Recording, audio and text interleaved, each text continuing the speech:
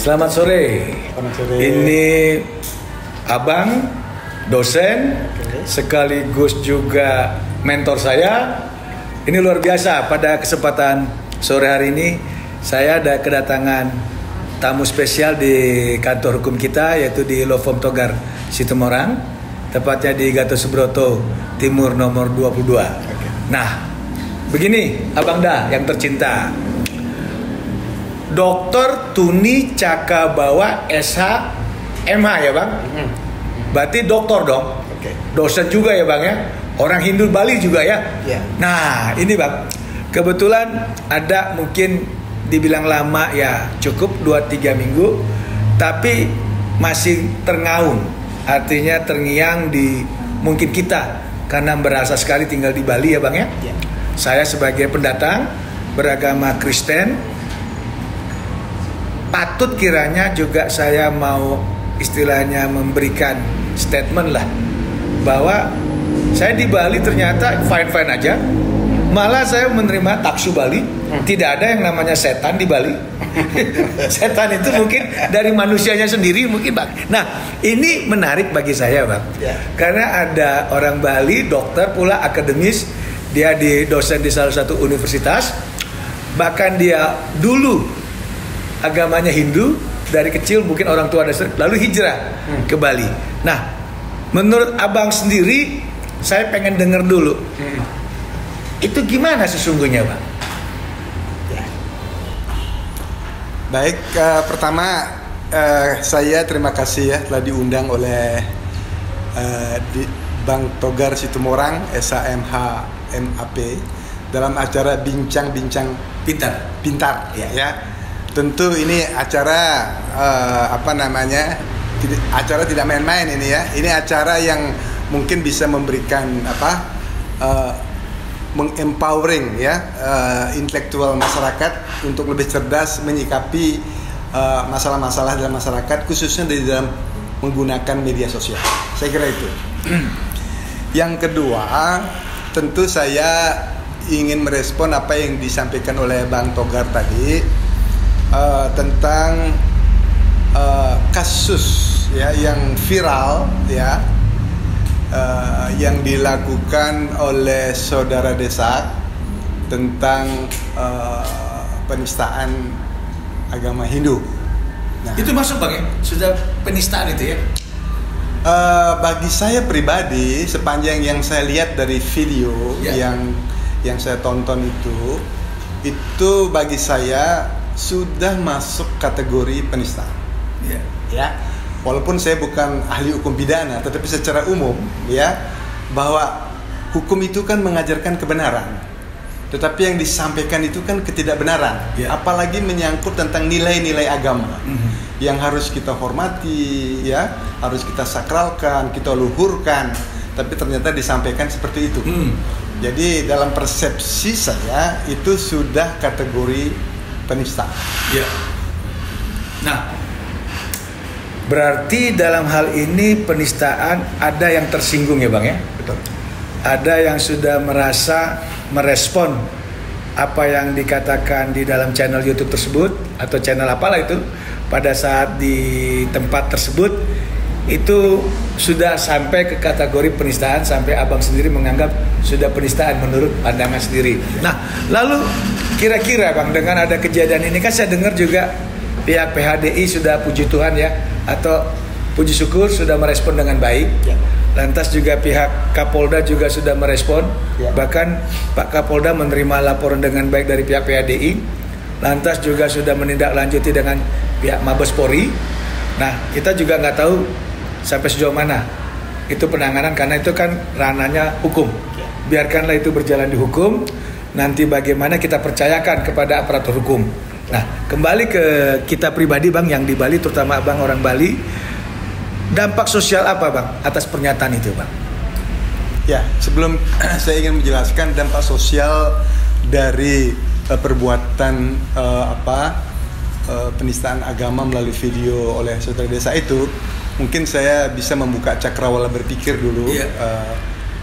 Agar kita lebih memahami ya bagaimana sesungguhnya kita ingin melihat persoalan ini. Sebetulnya penistaan agama ini bukan baru saya orang Hindu lalu saya melihat perspektif Hindu, bukan demikian, ya. Betul. Agama lain pun, Islam pun juga dinistakan, ya. Agama Nasrani juga demikian, betul. Ya kan? Nah, sesungguhnya perbuatan yang dilakukan oleh oknum, ya, karena tidak ada satu agama pun yang mengajarkan kita saling menistakan agama lain, tidak ada, ya. Semua agama itu pasti meluhurkan, ya. Setuju. Agama-agama agar apa? Agar umatnya itu saling kenal mengenal dan dia akan saling sayang menyayang. Itu tujuan agama. Nah, lalu terhadap penistaan, ya, yang dilakukan oleh oknum, ya, ini saya pikir ini karena mereka ini kurang mampu untuk memahami bagaimana sesungguhnya hidup, ya, yang benar di muka bumi ini, gitu, ya. Hidup yang benar adalah hidup yang penuh cinta kasih, saling menyayang, saling mendukung, saling memperhatikan, seperti itu. Bukan hidup saling benci, ya, lalu hidup saling saling dendam, saling menyakiti, ya. Ini tentu harus kita lihat, ya, bahwa agama apapun mengajarkan cinta kasih, ya. Seharusnya kita hidup dalam suasana itu, bukan dalam suasana yang saling membenci, menghujat, ya. Menghujat. Jadi intinya di sini masyarakat harus ada edukasi. Apapun agama kita di luar sana, kita itu harus saling mengasihi, harus saling menyayangi, dan harus saling toleransi. Persis, exactly. Sehingga di dalam kita berbangsa, berbernegara, lalu juga kita saling berinteraksi, itu harus berlandaskan tadi, yaitu saling mengasihi, menyayangi, dan bertoleransi. Nah, ini yang perlu kita pahami juga, bahwa kadang-kadang itu ada agama yang ini merasa lebih hebat, atau agama ini dianggap minoritas. Saya rasa kedepannya nggak usah lagi ada kaum minoritas atau mayoritas, kan gitu ya, Bang, ya? Betul sekali. Makanya begini, Bang Togar. Siapa? Bahwa kehidupan sosial itu kan sangat complicated. Betul. Ya. Segala persoalan itu kan sangat heterogen itu. Betul. Ya. Maka dalam kehidupan bermasyarakat, ya, dalam kehidupan masyarakat, nah, tentu harus ada pedoman yang harus kita patuhi. Nah, di negara kita, ya, sebagai negara kesatuan Republik Indonesia, itu kita sudah pastikan bahwa kita negara hukum, ya, negara yang diatur oleh hukum. Berbagai macam adat istiadat, ya, kelompok, suku, ras, dan agama, ya, itu kemudian harus mematuhi hukum. Setuju. Nah, hukumlah yang menjadi panglima, ya, di dalam interaksi sosial itu. Nah, sekarang bagi ibu desa ini, ya, kembali ke ibu desa yang viral di media sosial, ya, dengan dia menyatakan bahwa agama Hindu yang dulu menjadi agamanya dia, ya, setelah dia hijrah ke agama Islam, lalu dia memberikan testimoni, ya, bahwa agama Hindu itu adalah agama yang tidak mengenal Tuhan, ya, Bali itu pulau setan dan sebagainya lah, ya, yang pada intinya itu adalah tentu itu tidak benar. Ya, saya pahami apa yang dikatakan oleh Bu Desa ini adalah karena kurang dalamnya dia berpikir, kurang dalamnya dia merasakan hakikat daripada agama Hindu. Ya. Nah, kemudian dengan adanya banyak protes dari masyarakat, terutama masyarakat Hindu yang beragama Hindu, lalu kemudian lembaga PHDI lalu memberi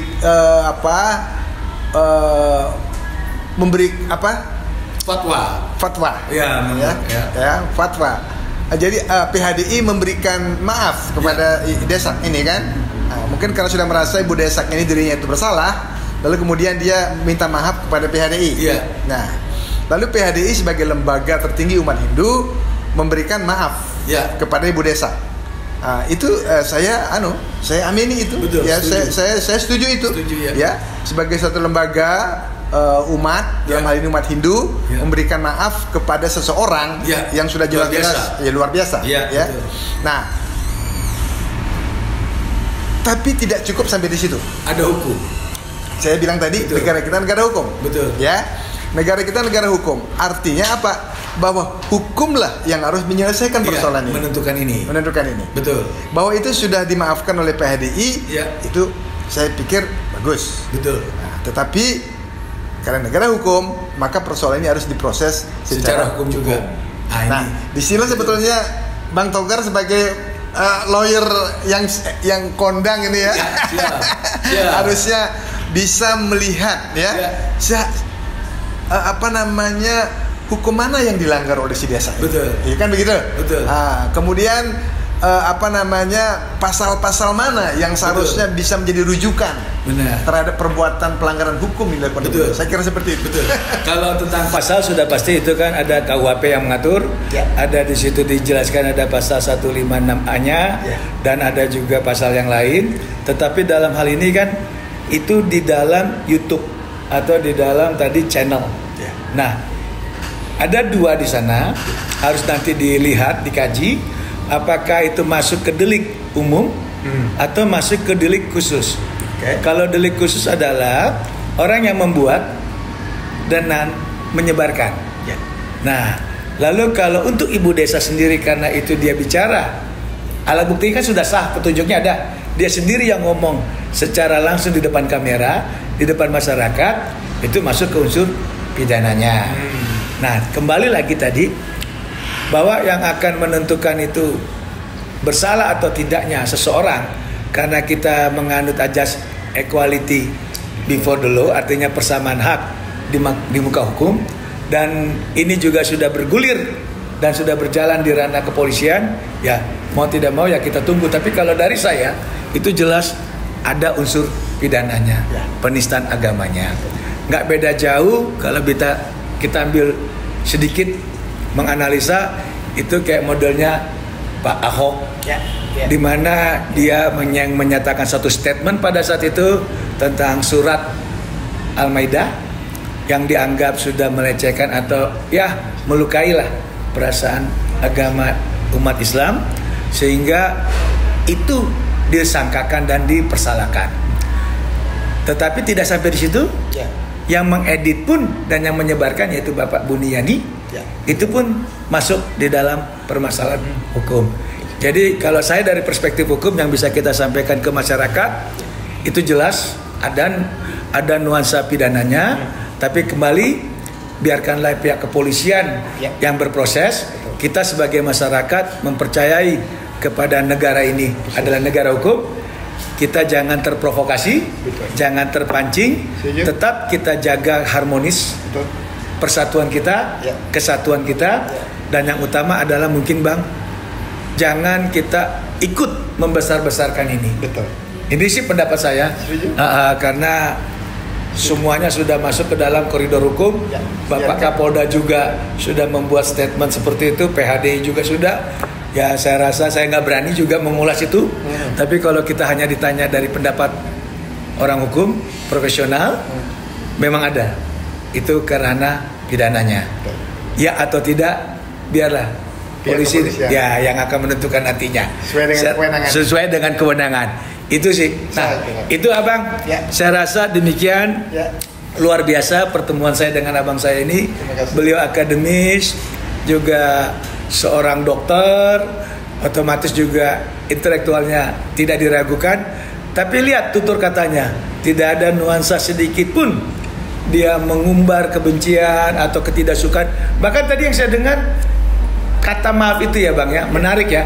Ya tidak ada salahnya dimaafkan. Karena dia sebagai orang manusia biasa juga pasti punya kesalahan. Tapi kembali lagi, kita negara hukum, maka biarkanlah proses hukum yang bisa berjalan dan yang akan menentukan bagaimana letak kesalahan ibu desa. Itu yang bisa kita bincangkan pada sore hari ini. Bincang pintar saya, perkenalkan, saya Togar Situmorang, seorang advokat, praktisi hukum, dan juga sebagai legal corporate dan legal consultant. Nah, mungkin di lain hari kita akan bisa bicara dengan bincang pintar dengan isu-isu ataupun topik-topik yang lebih menarik. Dan sebelumnya terima kasih untuk abang saya. Ada yang mau disampaikan untuk close statement abang? Oke. Close statementnya aja. Ya. Saya sungguh bangga dan bahagia diundang sore hari ini dalam acara bincang-bincang pintar. Yes. Ya, pintar ini milih judul ini, bincang-bincang pintar. Biasanya orang bincang-bincang itu kan biasanya bikin gaduh, jadi ngebully orang gitu kan. Ini bincang-bincangnya bikin pintar. Ya tentu ini satu aktivitas yang sangat bagus dalam rangka untuk memberikan edukasi masyarakat, ya, terutama di bidang hukum, agar kita benar-benar memahami bahwa kita negara hukum, bukan negara aneh-aneh. Ya. Jadi saya pikir sekali lagi terima kasih atas undangan Bang Togar Situmorang. Ya, di sore hari ini mudah-mudahan kedepannya ada lagi tokoh-tokoh lain yang bisa diundang. Ya, sehingga bisa memberikan pelajaran pada publik. Saya kira demikian. Terima kasih. Terima kasih untuk semua.